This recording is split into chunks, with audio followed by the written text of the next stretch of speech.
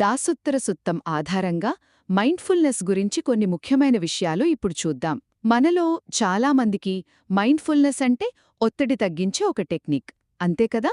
కాని ఈ సుత్తం ఏం చెబుతోందంటే ఇది అంతకు మించిన ఒక ప్రయాణం, మనల్ని జ్ఞానోదయం వైపు నడిపించే ఒక మార్గం. ఇందులో 3 ముఖ్యమైన విషయాలున్నాయి, వాటి గురించి ఇప్పుడు మాట్లాడుకుందాం.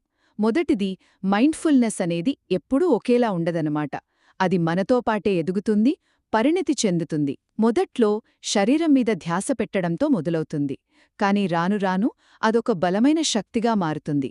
బాగా పరిణతి చెందిన సాధకుడు ఎలా ఉంటాడంటే, ఊహించుకోండి, పంటంతా కోసేసిన తర్వాత ఒక కాపరి చెట్టు కింద కూర్చుని తన పశువులని ప్రశాంతంగా గమనిస్తుంటాడు చూసారా? అచ్చమలా, ఎలాంటి ఒత్తిడి లేకుండా దాన్ని సహజంగా ఉండనిస్తాడు. ఇక రెండోది, మైండ్ఫుల్నెస్ వల్ల మనకు 2 రకాల ప్రయోజనాలున్నాయి. ఒకటి మన రోజువారీ జీవితానికి సంబంధించింది, అంటే మన పనిలో సృజనాత్మకత, ప్రొడక్టివిటీ పెరగడానికి ఉపయోగపడుతుంది. కానీ రెండో ప్రయోజనం చాలా లోతైనది. అది కేవలం లౌకిక విజయాల కోసం కాదు, దుఃఖం నుంచి పూర్తిగా బయటపడి జ్ఞానోదయం పొందడానికి. చివరగా, ఈ ప్రయాణంలో మైండ్ఫుల్నెస్ మనకు ఒక నమ్మకమైన స్నేహితుడిలా మారుతుంది.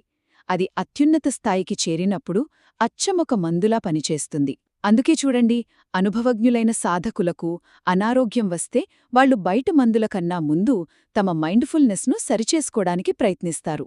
ఎందుకంటే ఎంత కష్టకాలంలోనైనా అది మనల్ని విడిచిపెట్టనొక గొప్ప శక్తి.